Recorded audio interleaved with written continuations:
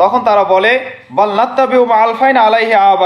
বরং আমরা কি করব, আমাদের পিতা মাতা বাপ দাদা 14 পুরুষ 14 গোষ্ঠীকে যে মতের উপর পেয়েছি, যে পথের উপর পেয়েছি, আমরা তারই অনুসরণ করব। আমরা আল্লাহ কি নাযিল করছে বা মুহাম্মদ সাল্লাল্লাহু আলাইহি ওয়াসাল্লাম কি নিয়ে আসতেছে, কোরআনে কি আছে, হাদিসে কি আছে, এগুলো আমরা দেখতে চাই না।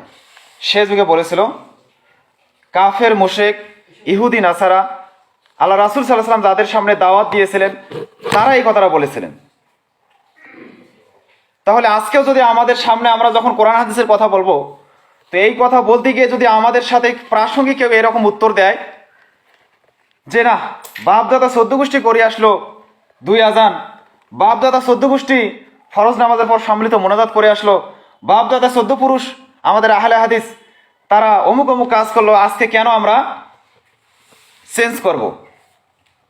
কথা এরকম নাকি যে আল্লাহ রাসূল সাল্লাল্লাহু আলাইহি ওয়াসাল্লামের সময়ে তিনি যাদেরকে দাওয়াত দিয়েছেন তাদের উত্তর আল্লাহ তাআলা স্পষ্টভাবে কোরআনের মধ্যে দিয়ে দিয়েছেন। সূরা বাকারার 177 নম্বর আয়াত, বাড়িতে গিয়ে খুলে দেখবেন, যাদের তাফসীর আছে পড়ে দেখবেন এখানে কি বলতেছেন। ওয়াইদা কিলা লাহুম, যখন তাদেরকে বলা হয় ইত্তাবিউ মা আনজালাল্লাহু, যে আল্লাহ যা নাজিল করেছে তোমরা এটার অনুসরণ করো, এটার ইত্তেবা করো, এই পথে তোমরা চলো, তখন আল্লাহ তাআলা বলে দিচ্ছে যে কলু, তখন তারা উত্তর দেয়, কি উত্তর দেয়? বাল নাত্তাবিউ মা আলফাইনা আলাইহি আবানা, আমাদের পূর্বপুরুষ বাপ দাদা 14 গোষ্ঠী যে পথে ছিল আমরা সে পথেই চলবো। মানে দেখেন আল্লাহর ভাষাটা এখানে দেখেন, যে যখন তাদেরকে দাওয়াত দেয় আল্লাহ তাআলার কথা বলে, তখন তারা এই কথাটাকে এড়িয়ে গিয়ে কি বলে যে আমরা আমাদের বাপ দাদার অনুসরণ করব। তার মানে আল্লাহ যা নাজিল করছে সেটা তাদের দেখার সময় নেই। নাউজুবিল্লাহ। এরকম যদি কোনো আচরণ কোনো মুসলমানের এরকম যদি কোনো কথা হয়, তাহলে তার এই কথাটা ওই ইহুদির, খ্রিস্টান, নাসারা যারা ছিল তাদের সাথে সামঞ্জস্য এসে যায়, তাদের কথার সাথে মিল পাওয়া যায়। এজন্য আমাদের এ কথা যদি আমরা কেউ বলে থাকি তওবা করব, ইস্তেগফার করব, এ কথা বলা যাবে না। তারপর আল্লাহ তাআলা আয়াতের শেষে খোলাসা করে দিচ্ছেন আরো, যে আওয়ালাউ কানা আবাউহুম, যদিও তাদের পিতামাতা বাপ দাদা 14 পুরুষ লা ইয়াকিলুন, তাদের কোনো জ্ঞান ছিল না, তারা কোনো কিছু ইসলাম সম্পর্কে জানতো না। বুঝতে পারছেন? বলতেছেন ওয়ালাউ কানা আবাউহুম, যদিও তাদের পিতামাতা বাপ দাদা 14 পুরুষ ইতিপূর্বে যারা ছিল, লা ইয়াকিলুন শাইয়া ওয়ালা ইয়াহতাদুন, যদিও তাদের কোনো ধর্মীয় জ্ঞান ছিল না, যদিও তারা হেদায়েত প্রাপ্ত ছিল না, তথাপিও তারা কি বলে যে আমরা আমাদের বাপ দাদা 14 পুরুষকে মানব। সম্মানিত মুসলিম কেরাম, তো মূল কথা হচ্ছে যে এটা আমাদের আচরণ হওয়া যাবে না। বাপদাদা কি করেছে না করেছে এটা আমার দেখার বিষয় নয়। দেখার বিষয় হচ্ছে আমার নবী মুহাম্মদ সাল্লাল্লাহু আলাইহি সাল্লাম কি বলেছেন, আমার আল্লাহ তাআলা কোরআনে কি নাজিল করেছেন, আর নবী সাল্লাল্লাহু আলাইহি সাল্লাম কি ব্যাখ্যা করেছেন, এই বিষয়টা আমাদেরকে দেখতে হবে। এই সম্পর্কে আল্লাহ সুবহানাহু ওয়া তাআলা কোরআনুল কারীমের সূরা হাশরের 7 নম্বর আয়াতে বলতেছেন ওয়া মা আতাকুমুর রাসূল, হে মানুষ সকল, ওয়া মা আতাকুমুর রাসূল, রাসূল তোমাদেরকে দেয় যা দেয়, ফাখুযুহু, মুহাম্মদ সাল্লাল্লাহু আলাইহি ওয়াসাল্লাম আমাদেরকে যা দেয় তা আল্লাহ তাআলা আমাদেরকে কি বলতেছেন, এটা তোমরা ধরে নাও, ওইটাই তোমরা আমল করো। মুহাম্মদ সাল্লাল্লাহু আলাইহি ওয়াসাল্লাম আমাদেরকে কি দিয়েছেন? দিনে রাতে 5 ওয়াক্ত সালাত আদায় করতে হবে, এটা আল্লাহর রাসূল সাল্লাল্লাহু আলাইহি ওয়াসাল্লাম আমাদেরকে আল্লাহ তাআলার পক্ষ থেকে দিয়েছেন, এটা আমাদেরকে কি করতে হবে? ধরতে হবে, এটার উপর আমল করতে হবে। তিনি সিয়াম দিয়েছেন, আমাদেরকে সিয়াম পালন করতে হবে।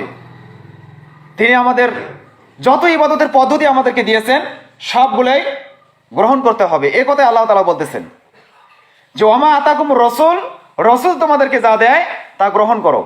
ওমা নাহাকুমান, এবং তিনি যেটা নিষেধ করেন, তিনি যেটা থেকে বিরত ছিলেন, তিনি যেটা করেননি, ফাংতাহু, তোমরাও সেটা থেকে বিরত থাকো, সেটাও তোমরা করো না। আল্লাহ তাআলা বলতেছেন যে রাসূল যা দেয় তা তোমরা গ্রহণ করো, সেই পথে তোমরা চলো, সেভাবেই তোমরা আমল আখলাক ইবাদত করো। ওমা নাহাকুম আনহু, রাসূল যেটা দেননি, যেটা নিষেধ করেছেন, যেটা তিনি করেননি, সেটা থেকে বিরত থাকো। এখন রাসূল কি দেননি? আল্লাহ রাসূল সাল্লাল্লাহু আলাইহি ওয়াসাল্লাম অনেক যে বিদাতি আমলগুলো রয়েছে এগুলো কিন্তু আল্লাহ রাসূল সাল্লাম দেননি। তো তিনি যা দেননি তা আমাদের আমল করা যাবেন না। তার মধ্যে যেমন ধরেন যে এখন 12ই রবিউল আউয়াল কিছুদিন আগে গেল, যে নবীর জন্মবার্ষিকী, এটা কিন্তু আল্লাহ রাসূল সাল্লাল্লাহু আলাইহি ওয়াসাল্লাম দিয়েছেন কি? দেননি। আল্লাহ রাসূল দেননি, কোনো সাহাবায়ে কেরাম করেননি। তো যদি আমরা এটা করি তাহলে কি হবে? পুরা কোরআনের বিরোধী হবে না? আবার এই 12 রবিউল আউয়ালে সিয়াম পালন করা বা আরও শবে বরাতে সিয়াম পালন করা, আরও যত সিয়ামের যত ইবাদতগুলো আল্লাহ রাসূল সাল্লাল্লাহু আলাইহি ওয়াসাল্লাম দেননি সেই ইবাদতগুলো যদি আমরা করি তাহলে কি হবে? এই কোরআনের বিরোধী হবে। কেননা আল্লাহ তাআলা বলতেছেন যে ওমা তাকুম রসুল, রসুল যদি তোমাদেরকে এটা শবে বরাত দেয়, রসুল যদি তোমাদেরকে জুমার দিনে 2 আযান দেয়, রসুল যদি তোমাদেরকে ফরজ সালাতের পর মোনাজাত করার পারমিশন দেয় বা তিনি করে থাকে, তাহলে তোমাদেরকে করতে হবে, আমাদেরকে সেটা ধরতে হবে। আর যদি রসুল মুহাম্মদ সাল্লাল্লাহু আলাইহি ওয়াসাল্লাম আমাদেরকে এগুলো না দেয় তাহলে এগুলো গ্রহণ করা যাবে না। তিনি যেটা করেননি, তিনি যেটা দেননি সেটা থেকে আমাদেরকে বিরত থাকতে হবে। সম্মানিত হাজিরিন, এটা হচ্ছে কোরআনের মূলনীতি, এটা হচ্ছে ইসলামের একটা মূলনীতি। ইসলাম আপনি মানতে যাবেন, আপনার কিছু মূলনীতি রয়েছে, তার মধ্যে এটা একটা আয়াত যে রাসূল আমাদেরকে যা দিবে তাই আমাদেরকে গ্রহণ করতে হবে, এর বাইরে যাওয়া যাবে না। অন্তত পক্ষে ইবাদতের ক্ষেত্রে, কিসের ক্ষেত্রে? ইবাদতের ক্ষেত্রে রাসূল মুহাম্মদ সাল্লাল্লাহু আলাইহি ওয়াসাল্লাম যা দিবেন এর বাইরে যাওয়া যাবে না, গেলে সমস্যা আছে। সম্মানিত হাজিরিন, আরো অনেক আয়াত রয়েছে। আল্লাহ তাআলা সূরা মুহাম্মদের 33 নম্বর আয়াতে বলতেছেন, ইয়া আইয়ুহাল্লাযীনা আমানু, হে ঈমানদারগণ যারা তোমরা ঈমান নিয়ে এসেছো, হে বিশ্বাসীগণ, আতিউল্লাহ, তোমরা আল্লাহ তাআলার আনুগত্য করো। আল্লাহ তাআলা যা বলে চোখ বন্ধ করে সেটা মেনে নাও, সে পথে তোমরা চলো। ওয়া আতিউর রাসূল, রাসূল তোমাদেরকে যা বলে এটাও তোমরা চোখ বন্ধ করে মেনে নাও। তিনি যা বলেছেন এটার মধ্যে কোনো সন্দেহ করা যাবে না, এটার মধ্যে কোনো শব্দ করা যাবে না যে এটা এভাবে কেন হলো, এটা এভাবে কেন করা যাবে না, এরকম কোনো কথা বলা যাবে না। রাসূল যা দিবে তা হুবহু অনুসরণ করতে হবে। এজন্য আল্লাহ তাআলার পূর্বে যেমন বলা হয়েছে আতিউল্লাহ, আতি শব্দটা ইতাআত করো, আনুগত্য করো, আল্লাহর সাথে যে রকম ভাবে আতিউ ব্যবহার করা হয়েছে রাসূল মুহাম্মদ সাল্লাল্লাহু আলাইহি ওয়াসাল্লামের সাথেও ওই আতিউ একই শব্দ ব্যবহার করা হয়েছে, যে আতিউর রাসূল, এবং তোমাদের রাসূল মুহাম্মদ সাল্লাল্লাহু আলাইহি ওয়াসাল্লাম যা দেয়। এরকম আয়াত আরেকটা আছে সূরা নিসার 59 নম্বর আয়াতে, যে ইয়া আইয়ুহাল্লাযীনা আমানু আতিউল্লাহ ওয়া আতিউর রাসূল ওয়া উলিল আমরি মিনকুম। এখানে ওই একই কথা আল্লাহ তাআলা বলতেছেন যে তোমরা আল্লাহ তাআলার অনুসরণ করো চোখ বন্ধ করে, মুহাম্মদ সাল্লাল্লাহু আলাইহি ওয়াসাল্লামের অনুসরণ করো চোখ বন্ধ করে। তারপরে তিনি বলেছেন ওয়া উলিল আমরি মিনকুম, তোমাদের মধ্যে যারা দায়িত্বশীল আছে, তোমাদের মধ্যে যারা আমির আছে, তোমাদের মধ্যে যারা নেতার আছে, তোমাদের মধ্যে যারা ইমাম আছে, এদের অনুসরণ করো। কিন্তু এখানে বলেনি যে তাদের আতিউ শব্দটা এখানে ব্যবহার করেনি, যে এদের চোখ বন্ধ করে অনুসরণ করা যাবে না। যদি আল্লাহ তাআলা এই কথা বলতেন যে ও আতিউল উলিল আমরি মিনকুম, তোমাদের মধ্য থেকে যারা দায়িত্বশীল নেতা, ইমাম, বুজুর্গ, এদের তোমরা চোখ বন্ধ করে অনুসরণ করো, তাহলে আজকে সমাজের মধ্যে এটা না বলাতে যত রাস্তা তৈরি হয়েছে তখন আরো অসংখ্য রাস্তা তৈরি হতো। তো যে কথা বলতে চাচ্ছি যে আল্লাহ তাআলা এবং তার হাবিব মুহাম্মদ সাল্লাল্লাহু আলাইহি ওয়াসাল্লামের এই দুইজন ব্যক্তির, আল্লাহ তাআলার আর মুহাম্মদ সাল্লাল্লাহু আলাইহি ওয়াসাল্লাম, এই দুজনের কথার জন্য আমাদেরকে কি করতে হবে? কোনো প্রশ্ন করা যাবে না যে এই পথটা কেন হলো, এই পথটা কেন আমরা চলতে হবে, এই ধরনের কোনো প্রশ্ন করা যাবে না। যা দিয়েছেন তাই চোখ বন্ধ করে মেনে নিতে হবে। কিন্তু যখন কোনো আলেম, কোনো বুজুর্গ, কোনো ইমাম কোনো কথা বলবে, তার পিছনে থেকে আমাদেরকে কি করতে হবে? দলিল তালাশ করতে হবে যে এটা তুমি কোথায় পেলে। এজন্য আলেমের পূর্বে আল্লাহ তাআলা আতিউ শব্দ যোগ করেননি, শুধু বলেছেন যে তাদেরকে মান্য করো। অন্য আয়াতের ব্যাখ্যায় বলেছেন যে তাদের কথা শোনো, শ্রবণ করো দলিল সহকারে। সম্মানিত হাজিরিন, কিন্তু যে আয়াতটা আমি বলছিলাম সূরা মুহাম্মদের 33 নম্বর আয়াতে, এখানে বলতে গিয়ে আল্লাহ রাসূল সাল্লাল্লাহু আলাইহি ওয়াসাল্লাম বললেন যে তোমরা চোখ বন্ধ করে আল্লাহ তাআলার অনুসরণ করো, তার হাবিব মুহাম্মদ সাল্লাল্লাহু আলাইহি ওয়াসাল্লামের অনুসরণ করো চোখ বন্ধ করে। শেষে বললেন ওয়ালা তুফতিলু আমালুকুম, যে তোমরা তোমাদের আমল সমূহ বাতিল করো না, নষ্ট করে দিও না। মানে কি বুঝলেন? যে আল্লাহ তাআলার আনুগত্য করো, তার হাবিব মুহাম্মদ সাল্লাল্লাহু আলাইহি ওয়াসাল্লামের আনুগত্য করো, তারপরে বলতেছেন যে তোমরা তোমাদের আমলগুলো নষ্ট করে দিও না। বিরাট লম্বা কথা, যে যদি আমরা আল্লাহ তাআলার এবং তার হাবিব মুহাম্মদ সাল্লাল্লাহু আলাইহি ওয়াসাল্লামের আনুগত্য না করি, তার কথা মতো যদি আমরা আমাদের ইবাদত না করি, তার কথা মতো যদি আমরা আমাদের শরীয়তের যে বিধানগুলো আছে এগুলো পালন না করি, তাহলে আমাদের আমলগুলো কি হয়ে যাবে? বাতিল হয়ে যাবে, নষ্ট হয়ে যাবে। আজকে কেন এই কথা আল্লাহ তাআলা কোরআনের মধ্যে দিয়েছেন? কেননা আল্লাহ তাআলা আগে থেকেই জানতেন যে কখন কোন সময় কি ঘটতে যাচ্ছে সবকিছুই লেখা রয়েছে, লিপিবদ্ধ করা হয়েছে, এবং আল্লাহ তাআলা সবকিছু অবগত, তিনি সবকিছুই জানেন। তিনি সবকিছুই জানেন যে কখন কোন সময় কি ফিতনা ঘটবে, কখন মানুষের দলে দলে বিভক্ত হবে। যার কারণে আল্লাহ তাআলা এই মূলনীতিগুলো, এই ক্যাটাগরিগুলো কোরআনের মধ্যে আগেই দিয়ে দিয়েছে, যাতে মানুষ গোমরাহ না হয়, যাতে মানুষ পথভ্রষ্ট না হয়, যাতে মানুষ এগুলো দেখে যদিও পথভ্রষ্ট হয়ে যায়, পথ ভুল হয়ে যায়, তাহলে আবার সে সঠিক রাস্তায়, সঠিক পথে ফিরে আসে। যার কারণে আল্লাহ তাআলা কোরআনের মধ্যে এবং হাদিসের মধ্যে অসংখ্য মূলনীতি দাঁড় করিয়েছেন। তো মূল কথা হচ্ছে যে আল্লাহ এবং তার রাসূলের যদি আমরা ইতাআত না করি, আনুগত্য না করি, কোনো ব্যক্তির, কোনো বুজুর্গর, কোনো আলেমের অনুসরণ করি, তাহলে আমাদের আমলগুলো বাতিল হয়ে যাবে, নষ্ট হয়ে যাবে। এজন্য আল্লাহ তাআলা কোরআনের মধ্যে সূরা আরাফের 7 নম্বর আয়াতে বলতে, 7 নম্বর সূরা আরাফের 3 নম্বর আয়াতে বলতেছেন, ইত্তাবিউ মা উনজিলা ইলাইকুম মির রাব্বিকুম, ইত্তাবিউ তোমরা অনুসরণ করো, ইতাআত করো, আনুগত্য করো, মা উনজিলা ইলাইকুম তোমাদের রব যা নাজিল করেছেন মুহাম্মদ সাল্লাল্লাহু আলাইহি ওয়াসাল্লামের উপর, ইত্তাবিউ মা উনজিলা ইলাইকুম মির রাব্বিকুম, তোমাদের রবের পক্ষ থেকে যেটা নাজিল হয়েছে ওহী, কোরআন হাদিস, এটার অনুসরণ করো। ওয়ালা তাত্তাবিউ, তোমরা কখনো অনুসরণ করো না, মিন দুনিহি আউলিয়া, দুনিয়ার কোনো বুজুর্গ, দুনিয়ার কোনো আলেম, দুনিয়ার কোনো পীর, দুনিয়ার কোনো ইমাম, এদের তোমরা কি করো না? অনুসরণ করো না। কি বুঝলেন? ইত্তাবিউ মা উনজিলা ইলাইকুম মির রাব্বিকুম ওয়ালা তাত্তাবিউ মিন দুনিহি আউলিয়া, দুনিয়ার যত ওলিয়া উলিয়া আছে এদের তোমরা অনুসরণ করো না। দেখেন আগের আয়াতগুলোতে বললো যে আল্লাহর আনুগত্য করো, রাসূলের আনুগত্য করো, তারপরে বললেন যে তোমাদের মধ্যে যারা দায়িত্বশীল তাদেরও কথা শ্রবণ করো দলিল সহ। এখানে এসে আল্লাহ তাআলা একবারে নাকচ করে দিলেন যে দুনিয়ার কোনো ওলিয়া উলিয়া বুজুর্গর কোনো কথা মানা যাবে না, মানতে গেলে প্রমাণ লাগবে।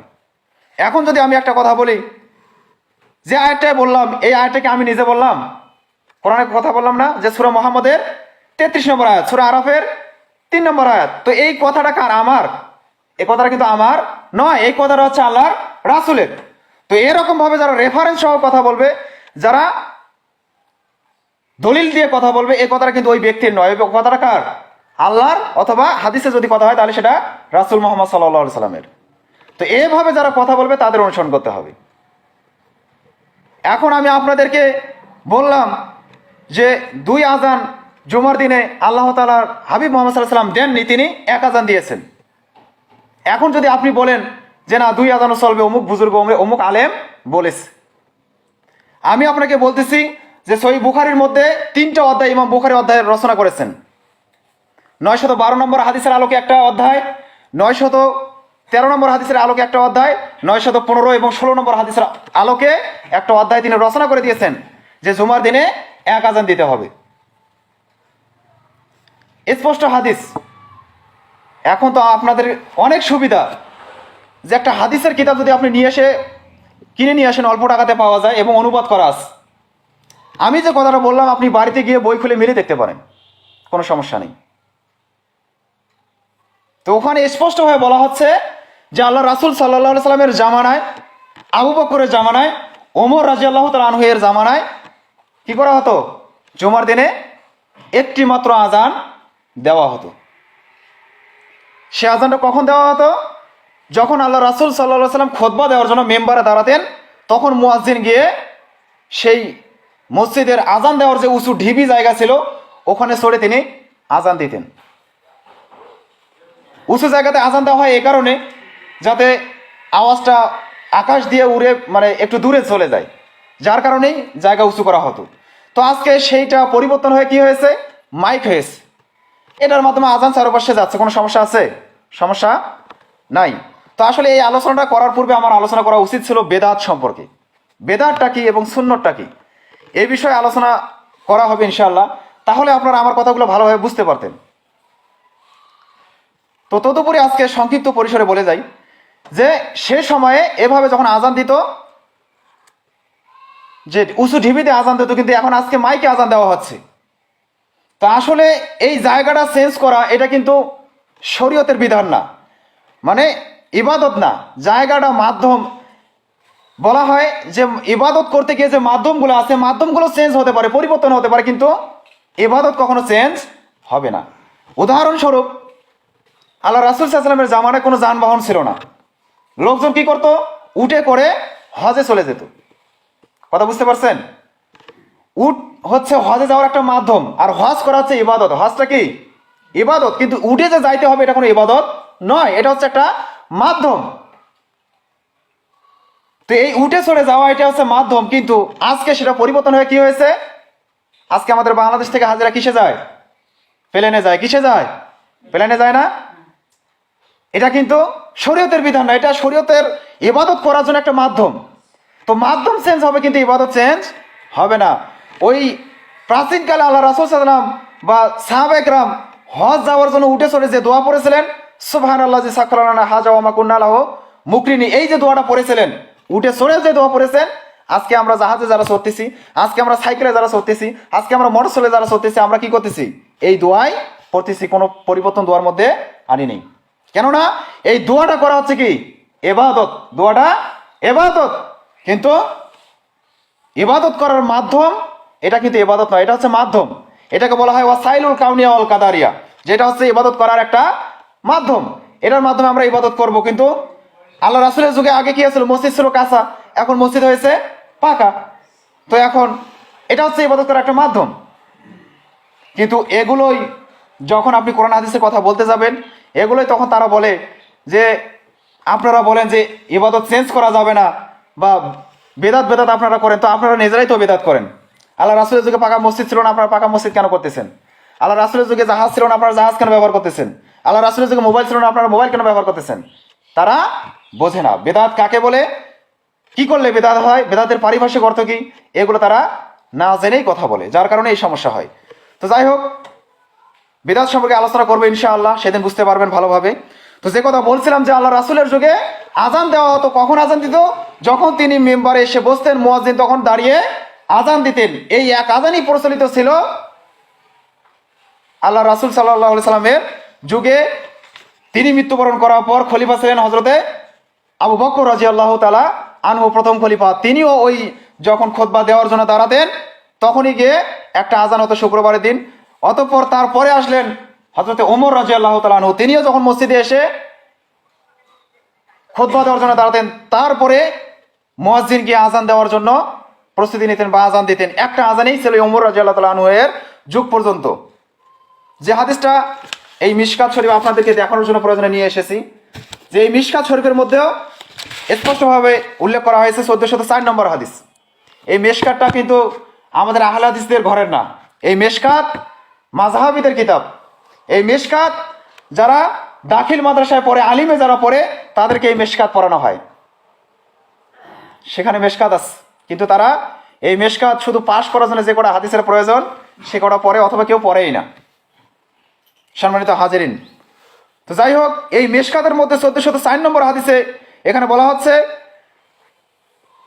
যে আনিস সাইব ইবনে ইয়াজিদ, যে সাইদ ইবনে ইয়াজিদ রাদিয়াল্লাহু তাআলা আনহু হতে বর্ণিত, ক্বালা কানান নিদা, যে তিনি বলেন রাসূল সাল্লাল্লাহু আলাইহি ওয়াসাল্লাম আবু বকর ওমর এর খেলাফতকালে জুমার প্রথম আজান দেয়া হতো ইমাম মিম্বরে বসার সময়। অতঃপর যখন ওসমান রাদিয়াল্লাহু তাআলা আনহু আসলেন, ফালাম্মা কানা উসমানা ওয়া কাসুরান নাস, যখন ওসমান রাদিয়াল্লাহু তাআলা আনহু খলিফা হলেন, হওয়ার পর তখন লোকের সংখ্যা বৃদ্ধি হয়ে গেল, তাই তিনি কি করলেন? ওয়া কাসুরান নাসা জাদান নিদা, এজন্য তিনি একটা আজানের বৃদ্ধি করে দিলেন। ওয়া জাদান নাসা জাদান নিদা সালিসা, তিনি কি করলেন? দ্বিতীয় আজানের কি করলেন? পরিপ্রেক্ষিতে আর একটা আজানের ব্যবস্থা করলেন। আলা জাওরা, কোথায়? জাওরা নামক বাজারে। রাওয়াহুল বুখারী, এই হাদিসটা বুখারীর মধ্যে আছে 906 নম্বর হাদিস। হাদিসটা আছে শারহ মাআনিল আসার, সুনানুল কুবরা লিল বাইহাকি, সহিহুল জামি, অসংখ্য হাদিসের কিতাবের মধ্যে হাদিসটা আছে। তো এই হাদিসের মূল কথা হচ্ছে যে বাংলা এবার বলি, যে সাইব ইবনু ইয়াজিদ রাদিয়াল্লাহু তাআলা আনহু হতে বর্ণিত, তিনি বলতেছেন যে রাসূল সাল্লাল্লাহু আলাইহি সাল্লাম, আবু বকর রাদিয়াল্লাহু তাআলা আনহু, ওমর রাদিয়াল্লাহু তাআলা আনহু এর খেলাফতকালে জুমার প্রথম আজান দেওয়া হতো ইমাম মিম্বারে বসার সমিতি। কিন্তু ওসমান রাদিয়াল্লাহু তাআলা আনহু খলিফা হবার পর লোকের সংখ্যা বেড়ে গেল, অনেক লোক হয়ে গেল। তাই তিনি মসজিদ নববী থেকে দূরে জাওরা নামক বাজারে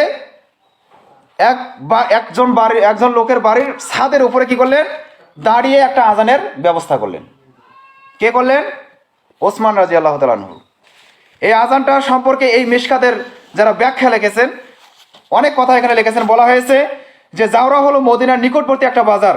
ইমাম বুখারী তার জামিউস সহিতে উল্লেখ করেছেন যে ইবনু খোজাইমা ও ইবনু মাজা হাদিসের কিতাব রয়েছে, সেই হাদিসের মধ্যে বলা হচ্ছে জাদা নিদা সালিসা আলা দারিফি সুকি, অর্থাৎ তিনি তৃতীয় আজান বৃদ্ধি করলেন বাজারে প্রবেশের পথে।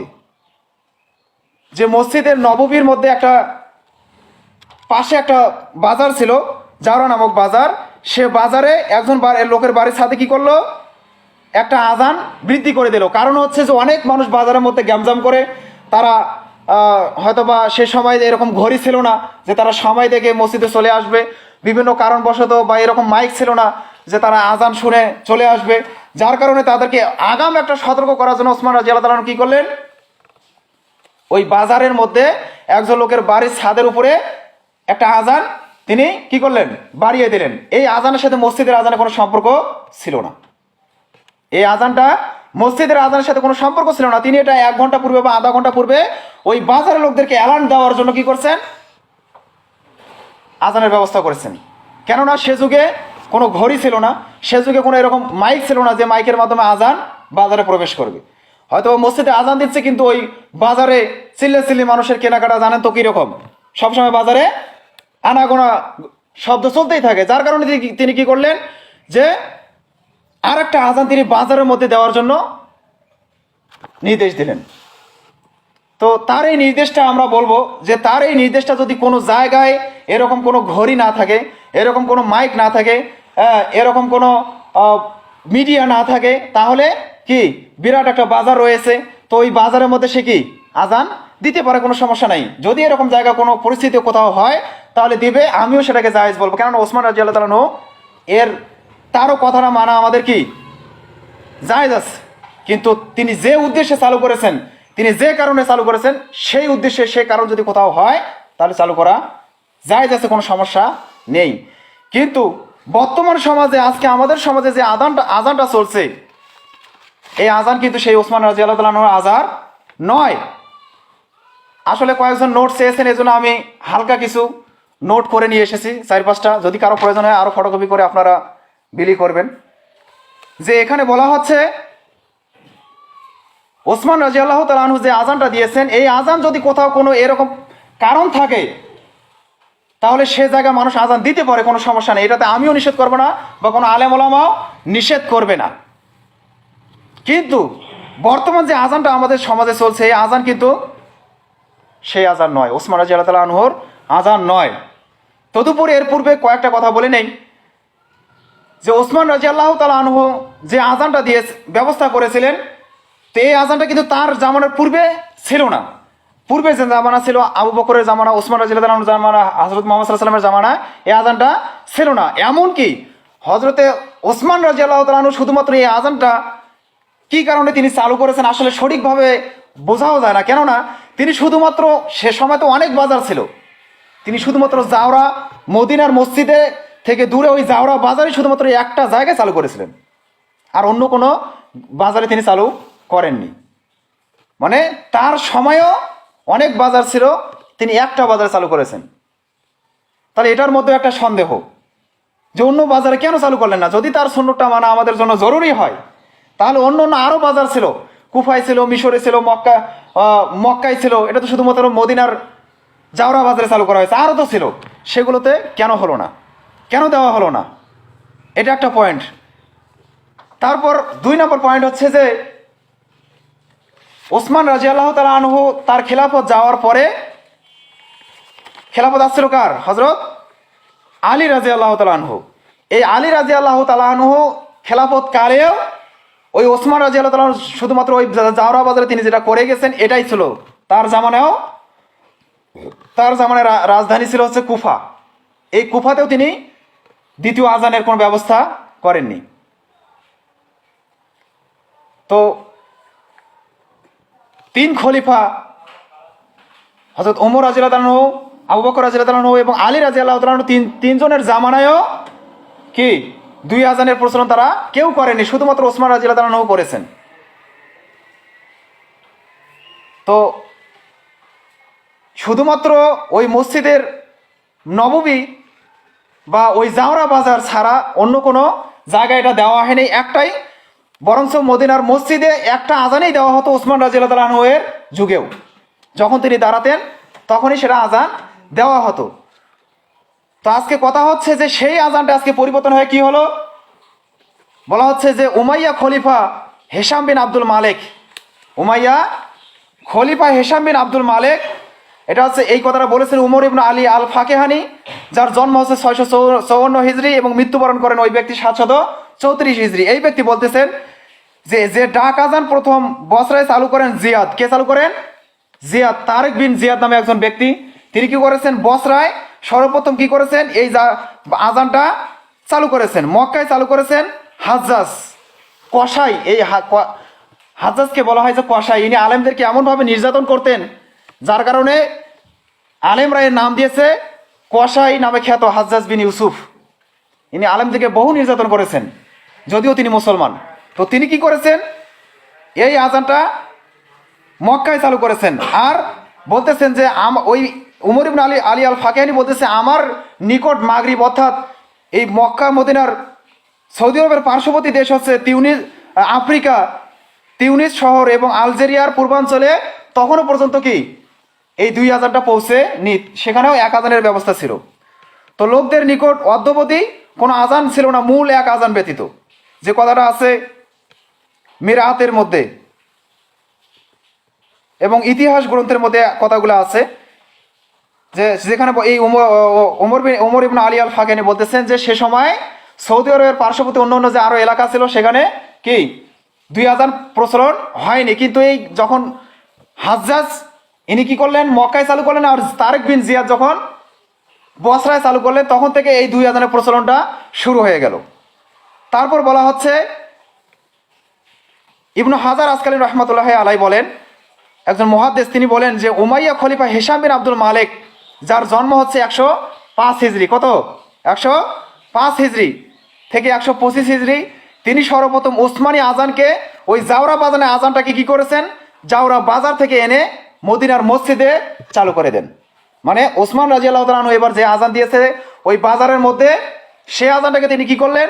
মদিনার মসজিদে নিয়ে এসে মুয়াজ্জিনের দ্বারা দেওয়া শুরু করে দিলেন। কে শুরু করে দিলেন?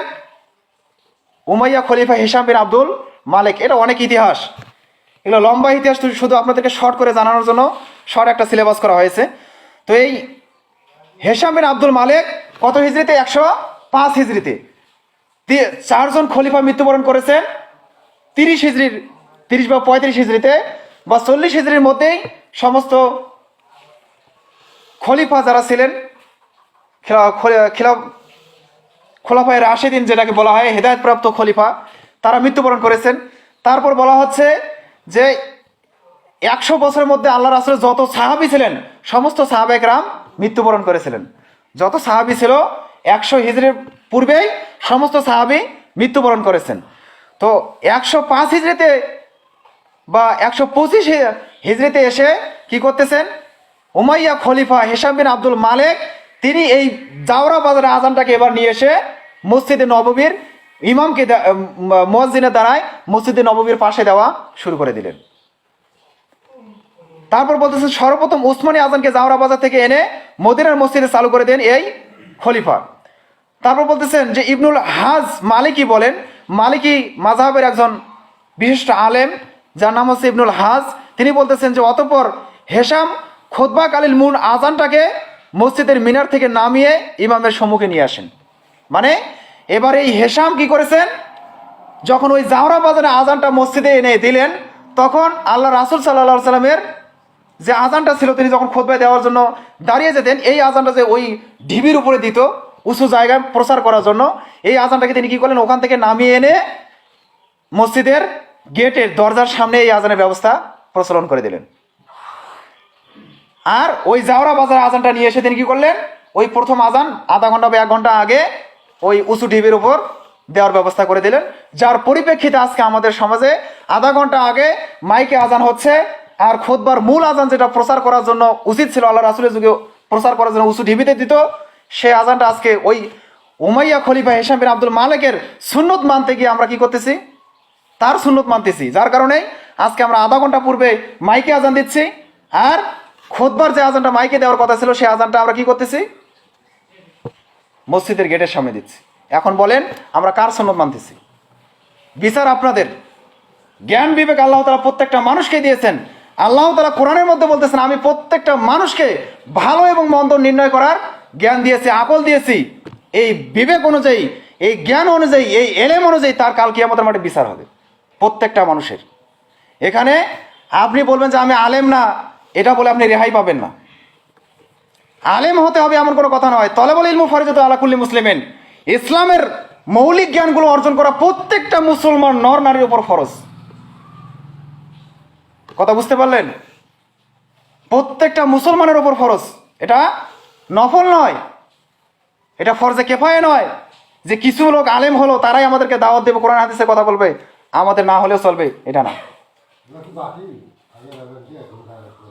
জি, আগের মূল আজানটা যেটা ওই উঁচু ঢিবির উপরে দেওয়া হতো সেটা তো এখন নিয়ে এসে খুতবার পূর্বে মসজিদের সামনে দেওয়া হয়েছে।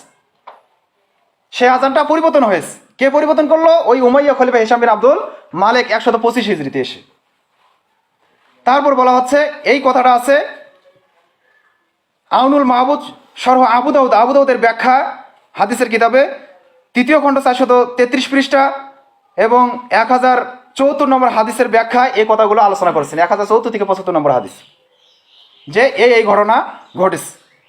ফলে বলা হচ্ছে যে ফলে বর্তমানে খুতবার প্রায় আধা ঘন্টা পূর্বে যে ডাক আজান হচ্ছে মিনারে বা মাইকে, আর মূল আজানটাকে খুতবার পূর্বে যে মূল আজানটা মাইকে বা মিনারে হওয়ার কথা ছিল, সে আজানটা এখন হচ্ছে মসজিদের সামনে, বা অনেক মসজিদে কি করে ইমামের সামনে কেউ দাঁড়িয়ে দেয়, কেউ গেটের সামনে দেয় না, মাযহাবিরা দেখেন নাই, ইমাম খুতবা দেবে এখানে দাঁড়িয়ে আজান দিচ্ছে। সম্মানিত হাজিরিন, যে একটা কথা বলতে হয়, আজকে আমাদের সমাজে আলেমদের দশা হয়েছে যে আমরা যে ভুলটা করি, আমরা যে নতুন কাজটা করি এটা আমাদের জন্য জায়েজ, কিন্তু অন্যরা যেটা করে এটা বেদাত। কথা বুঝতে পারলাম কিনা? যেদিন বেদাতের আলোচনা করবো সেদিন ভালোভাবে বোঝাবো ইনশাআল্লাহ। যে শরীয়তের মধ্যে নতুন যত কাজ আছে সবগুলো কিন্তু বেদাত, যেগুলো আল্লাহ রাসূল সাল্লাল্লাহু আলাইহি ওয়াসাল্লাম দেননি সেগুলো কিন্তু সব বেদাত। কিন্তু আমি আহলে হাদিসের বাচ্চা, আমি যেটা করি, যারা স্পষ্টভাবে বুঝিয়ে দেই, আমাদের আহলে হাদিসের মধ্যে যারা মুনাজাত করতেছে এরা বলতেছে আমরা এটা করতেছি, এটা বেদাত নয়, এটা বেদাত নয়। কিন্তু ওই মাযহাবিরা শবে বরাত পালন করতেছে, হালুয়া রুটি খাচ্ছে, আপনার মাযহাবিরা আরো অন্যান্য যত ইবাদত করতেছে, নাওয়াইতো নিয়ত পড়তেছে, এগুলো বেদাত। কিন্তু ফরজ নামাজের পর সম্মিলিত মোনাজাত করা বেদাত নয়। কে বলছে? যারা আহলে হাদিস, যারা সম্মিলিত মোনাজাত করতেছে তারা বলতেছে এটা বেদাত নয়। আর যারা আমরা আবার বেদাত ফরজ নামাজের পর সম্মিলিত মোনাজাত, বিশেষ করে আমার এই মসজিদে যারা আপনারা বলতেছেন যে হ্যাঁ সম্মিলিত মোনাজাত করা এটা বেদাত, কেন বেদাত? এটা আপনারা করেন না, এই জন্য এটা বেদাত নাকি? কিন্তু আপনি যে 2 আজানের প্রচলনটা করলেন, এটা যে আল্লাহ রাসূলের যুগে ছিল না, এমনকি ওসমান রাদিয়াল্লাহু তাআলা যে আজানটা দিয়েছেন সেটাও আজকে পরিবর্তন হয়েছে, এটাকে আপনারা বেদাত বলতেছেন না, কেননা এটা আপনারা নিজে করতেছেন, এজন্য আপনারা এটাকে বেদাত মনে করতেছেন না। মানে আমি যে কথা বলতে চাইলাম যে আমাদের সমাজের যত লোক প্রত্যেকেই নিজে নিজে যে নতুন কাজগুলো করে সেটাকে তারা জায়েজ বলে, কিন্তু বাকি যারা করে অন্য যে মাযহাবের বা অন্য ধরনের লোক যে আমলগুলো করে, শরীয়তের মতো নতুন যেগুলো পথঘাট তৈরি করে, এগুলোকে আমরা বেদাত বলি, নির্দ্বিধায় বলি, এগুলোকে বেদাত বলতে আমরা সংকোচ করি না। কিন্তু নিজে যেটা করি এটাকে আমরা বেদাত বলতে নারাজ, এটা ছাড়তে আমরা নারাজ। যদি আপনারা এখন কথা হচ্ছে যে যদি আমাদেরকে আজান এটা দিতে হয়, তাহলে এই যে আপনাদের পার্শ্ববর্তী বাজার আছে কি পাঁচতাপতি না, এই পাঁচতাপতিতে আপনাদের এই এলাকার মধ্যে একটা বাজার, ওখানে আপনারা ওই ওসমান রাদিয়াল্লাহু তাআলা আনহুর সুন্নাত যদি পালন করতে যান, ওখানে আপনাদেরকে আজান দিতে হবে। কথা বুঝতে পারলেন? একটা আজান ওখানে দিতে হবে, আর ওই মাইকে, ওখানে মাইকে আজান দিবেন, ওই আজানটা যতদূর পর্যন্ত যাবে ততদূর পর্যন্ত কোনো এলাকাতে আর দ্বিতীয় আজান দেওয়ার কোনো ক্ষমতা কারো নেই। যদি কেউ দেয় তাহলে সেটা তার সুন্নত তৈরি করা হবে, তার নতুন পথ তৈরি করা হবে। কেননা ওসমান রাদিয়াল্লাহু তাআলার সুন্নত নামে যারা আজকে বলতেছে, অনেক আলেম বলে যে ওসমান রাদিয়াল্লাহু তাআলা আনহু দিয়েছেন, কিন্তু তাহলে আমাদের দেওয়া দেবে, সমস্যা কি? কিন্তু এখানে যে কত ঘাপলা আছে, এখানে যে কত সমস্যা সৃষ্টি করেছে, এটা কিন্তু তারা কোনোদিন হাসতায়ও না, খোঁজও করে না। শুধুমাত্র ওই যে শুনছে যে ওসমান রাদিয়াল্লাহু তাআলা ব্যবস্থা করেছেন, দেওয়া যাবে। কিন্তু এটা কেন দিয়েছেন? সে যুগে কোনো ঘড়ি ছিল না, সে যুগে কোনো মাইক ছিল না, সে যুগে বাজারে কোনো আজানের শব্দ যেত না, যার কারণে তিনি এটা দিয়েছেন। তো আজকেও যদি আপনি মনে করেন যে আজানটা দিতেই হবে, তাহলে আমি আপনাকে বলবো ওই 5টা পদ্ধতিতে আপনারা কি করেন, সকলে মিলে একটা মাইক করেন, ওই মাইকে আপনারা 1 ঘন্টা বা আধা ঘন্টা পূর্বে আজান দেন, কোনো সমস্যা নেই। এইটা ওসমান রাদিয়াল্লাহু তাআলা আনহুর সুন্নত, এটাতে আমিও সাপোর্ট দেবো, অধিকাংশ আলেম সকলেই সাপোর্ট দেবে, কেউ নিষেধ করবে না। কিন্তু আমি সহ আরও অনেক আলেম নিষেধ করতেছি। কেন? আমরা যে এখন যেটা ইবাদত করতেছি, যেটা পালন করতেছি, আজানটা দিচ্ছি, এটা কিন্তু আল্লাহ রাসূলের না, কোনো সাহাবীর না, এমনকি উসমান রাদিয়াল্লাহু তাআলা আনহুরও নয়। তো এখন আমার কথা হচ্ছে যে আমি আপনাদেরকে এটার নিয়ে এত আলোচনা কেন করি? এজন্যই করি যে আল্লাহ তাআলা মাযহাবীদের মধ্য থেকে আমাদেরকে আহলে হাদিসের ঘরের সন্তান করেছেন, এটার জন্য আমরা লাখো কোটি শুকরিয়া আল্লাহ তাআলার আদায় করি, সকলে মিলে আলহামদুলিল্লাহ। আবার আহলে হাদিসের মধ্যে অসংখ্য বেদাত চালু রয়েছে, সেগুলো থেকে আল্লাহ তাআলা যে আমাদেরকে হেফাজত করেছেন, এর জন্য আল্লাহ তাআলার অসংখ্য শুকরিয়া আদায় করা দরকার, আলহামদুলিল্লাহ। তো এর মধ্যে আমাদের মধ্যে যেগুলো আরও কিছু বেদাত রয়েছে, নতুন নতুন জিনিস, এগুলোও যদি আমরা আরও ছাড়তে পারি, তাহলে আরও আলহামদুলিল্লাহ আমাদের মতো কোনো সমস্যা থাকবে না।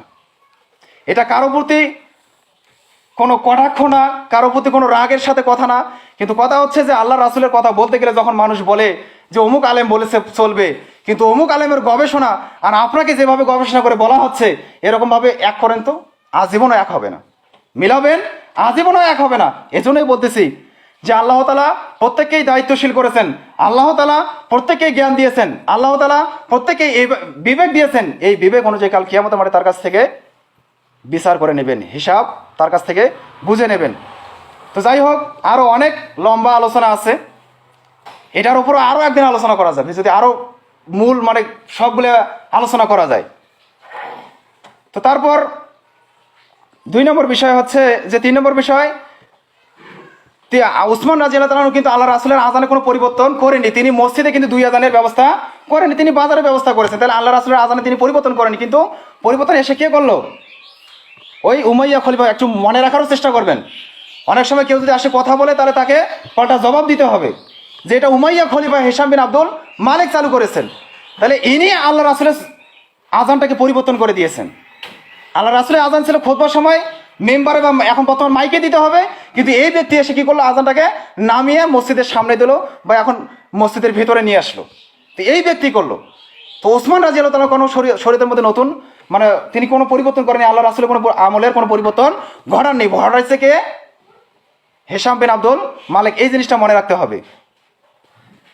তাহলে যেটা আমাদের সমাজে যেটা আজান চলছে, এটা কার আজান, কার সুন্নত? ওই হিশাম, উমাইয়া খলিফা হিশামের সুন্নত হচ্ছে এটা বর্তমান যেটা আজান আমাদের চলছে। তারপর ওমর রাদিয়াল্লাহু তাআলার সময় শুধু, তো মূল পয়েন্টগুলো আপনাদের সামনে, মূল বিষয়গুলো আলোচনা করা হয়ে গেছে।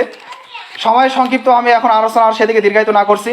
এখন যদি এই বিষয়ে আপনাদের কারো কোনো প্রশ্ন থাকে, আমি প্রশ্ন উত্তর দিতে প্রস্তুত। আপনার প্রশ্ন করতে পারেন, আপনাদেরকে 2-3 মিনিট সময় দেব। তার শেষে আমি একটা হাদিস অনুবাদ করি, যে হাদিসটা বুখারীর মধ্যে আছে, যে হাদিসটা মিশকাতের মধ্যে আছে। এই হাদিসটা বর্ণনা করেছেন আবু হুরায়রা রাদিয়াল্লাহু তাআলা আনহু, যে হাদিসটা আমি খুতবার মধ্যে তেলাওয়াত করেছি। আসলে আপনাদেরকে এত বলা হয় যে আপনারা মসজিদে আজান দেওয়ার আগেই প্রস্তুতি নেবেন, চলে আসবেন, তাহলে আপনারা এই মূল কথাগুলো, আরও যে কথাগুলো হয়েছে এগুলো বুঝতে পারতেন, তাহলে আলোচনাটা আরও আপনারা ক্লিয়ার বুঝতে পারতেন। তো খুতবার মধ্যে যে হাদিসটা আমি তেলাওয়াত করলাম, যে হাদিসটা আবু হুরায়রা থেকে বর্ণিত, তিনি বলেছেন যে আল্লাহ রাসূল সাল্লাল্লাহু আলাইহি ওয়াসাল্লাম বলতেছেন যে কুল্লু উম্মতি ইয়াদখুলুনাল জান্নাহ। আল্লাহ তাআলার রাসূল মুহাম্মদ সাল্লাল্লাহু আলাইহি ওয়াসাল্লাম বলতেছেন আমার যত উম্মত আছে সকলেই জান্নাতে চলে যাবে। সুবহানাল্লাহি ওয়া বিহামদিহি। কুল্লু শব্দ ব্যবহার করেছেন, যে কুল্লু উম্মতি ইয়াদখুলুনাল জান্নাহ, আমার যত উম্মত আছে প্রত্যেকেই জান্নাতে চলে যাবে, ইল্লা মান আবা। এই কথা বলার পর আবার বলতেছে ইল্লা মান আবা, যে আমাকে অস্বীকার করেছে, যে আমাকে মানেনি। ইল্লা মান আবা, যে আমাকে কুল্লু উম্মতি ইয়াদখুলুনাল জান্নাতা ইল্লা মান আবা, তো যে আমাকে অস্বীকৃতি করছে, তখন সাহাবায়ে কেরাম বললেন যে আল্লাহ রাসূল, আপনার উম্মত আপনাকে অস্বীকার করে আপনাকে মানে না এমন কে আছে? কিলা ওমান আবা ইয়া রাসূলুল্লাহ, হে আল্লাহ রাসূল আপনি বলেন কে এমন যে আপনাকে মানে না? তখন আল্লাহ রাসূল সাল্লাল্লাহু আলাইহি ওয়াসাল্লাম বললেন যে মান আতাআনি দাখালাল জান্নাহ, যে ব্যক্তি আমি যেটা করেছি, যেটা করতে বলেছি এই পথে যে চলবে, এটা যে আনুগত্য করবে, এটা যে মেনে নেবে, ফাদাখালাল জান্নাহ, সে ব্যক্তি আমার উম্মত, সে জান্নাতে চলে যাবে। সুবহানাল্লাহি ওয়া বিহামদিহি। অতঃপর এই আয়াতের শেষে বলতেছেন ওয়ামান আসানি ফাকাদ আবা, যে ব্যক্তি আমার আনুগত্য করলো না, আমি যেটা দেইনি সেটা সে চালু করলো, সেটা সে মেনে নিল, আমি যে ইবাদত দেইনি সেই ইবাদতটা সে করতেছে, আমি যে তরিকা চালু করিনি সে নতুন কোনো ইবাদত চালু করলো আমার তরিকাটাকে বাদ দিয়ে। এভাবে যারা নতুন নতুন আমল তৈরি করলো, করার পর নিজেরা ওই আমলের প্রতি, ইবাদতের প্রতি আমল করলো, সেই ব্যক্তি আমাকে অস্বীকার করলো, সেই ব্যক্তি আমার উম্মত নয়। এই হাদিসের অনুবাদ হচ্ছে এরকম যে, আবার হাদিসটা অনুবাদ করি যে কুল্লু উম্মতি ইয়াদখুলুনাল জান্নাহ, সমস্ত উম্মত আমার জান্নাতে চলে যাবে ইল্লা মান আবা, যে ব্যক্তি আমাকে অস্বীকার করে। তখন সাহাবায়ে কেরাম বললেন যে কিলা ওয়ামান আবা ইয়া রাসূলুল্লাহ, হে আল্লাহর রাসূল আপনি বলেন কে আপনাকে অস্বীকার করে? আল্লাহ রাসূল সাল্লাল্লাহু আলাইহি ওয়াসাল্লাম বললেন যে মান আতাআনি দাখালাল জান্নাহ, যে ব্যক্তি আমার অনুসরণ করবে, ইতাআত করবে, আনুগত্য করবে, সে জান্নাতে যাবে। ওয়ামান আসাআনি, যে ব্যক্তি আমাকে অনুসরণ করবে না, ইতাআত করবে না, যে আমার নাফরমানি করবে, ফাকাদ আবা, ওই ব্যক্তি হচ্ছে আবা, আর সে আমার উম্মত নয়, সে জান্নাতেও যাবে না। আর একটা হাদিস হচ্ছে আল্লাহ রাসূল সাল্লাল্লাহু আলাইহি ওয়াসাল্লাম বলেছেন, যেটা আমি প্রায় মাঝে মাঝে খুতবার মধ্যে তেলাওয়াত করি, যে শাররাল উমুরি মুহদাসাতুহা ওয়া কুল্লু মুহদাসাতিন বিদআহ। শাররাল উমুরি মুহদাসাতুহা, যে ব্যক্তি শরীয়তের মধ্যে নতুন কোনো পথঘাট, নতুন কোনো রাস্তা, নতুন কোনো তরিকা, নতুন কোনো ইবাদতের বিধান চালু করলো, শাররাল উমুরি মুহদাসাতুহা ওয়া কুল্লু মুহদাসাতিন বিদআহ। আর যত মানুষ নতুন নতুন পথ তৈরি করবে, যত নতুন নতুন ইবাদত শুরু করবে, মানে যত ধরেন যে 2 আযান শুরু করলো, ফরজ নামাজের পর সম্মিলিত মোনাজাত শুরু করলো, শবে বরাত চালু করলো, মিলাদে অনুষ্ঠান চালু করলো, মিলাদুন নবী চালু করলো, এই যে যত ইবাদত চালু করলো, শাররাল উমুরি মুহদাসাতুহা, যত নতুন ইবাদত চালু করলো, সবগুলো হচ্ছে কি নতুন নতুন ইবাদত। এর কথা, এই সম্পর্কে আল্লাহ রাসূল সাল্লাল্লাহু আলাইহি ওয়াসাল্লাম বলতেছেন শাররাল উমুরি মুহদাসাতুহা ওয়া কুল্লু মুহদাসাতিন বিদআহ, আর প্রত্যেক নতুন তৈরি পথঘাট ইবাদত হচ্ছে শাররাল উমুরি মুহদাসাতুহা ওয়া কুল্লু মুহদাসাতিন বিদআহ, আর প্রত্যেকটা নতুন কাজ হচ্ছে কি বেদাত। কি বললেন? যত নতুন নতুন পথ হবে সবগুলোই বেদাত। ওয়া কুল্লু বিদআতিন দলালা, আর যে ব্যক্তিটা এরকম ভাবে নতুন নতুন আবিষ্কৃত পথ পদ্ধতিতে চলবে, নতুন নতুন ইবাদত তারা করবে, করতে করতে তারা কি হবে? দলালা, মানে পথভ্রষ্ট হবে। আল্লাহ রাসূলের যে জান্নাত যাওয়ার যে পথ, এই পথটা তার কি হয়ে যাবে? ভুলে যাবে, এই পথটা তারা হারিয়ে ফেলবে। ওয়া কুল্লু দালালাতিন ফিন নার। বলা হচ্ছে এই হাদিসটা মুসলিমের মধ্যে আছে, আবু দাউদের মধ্যে আছে।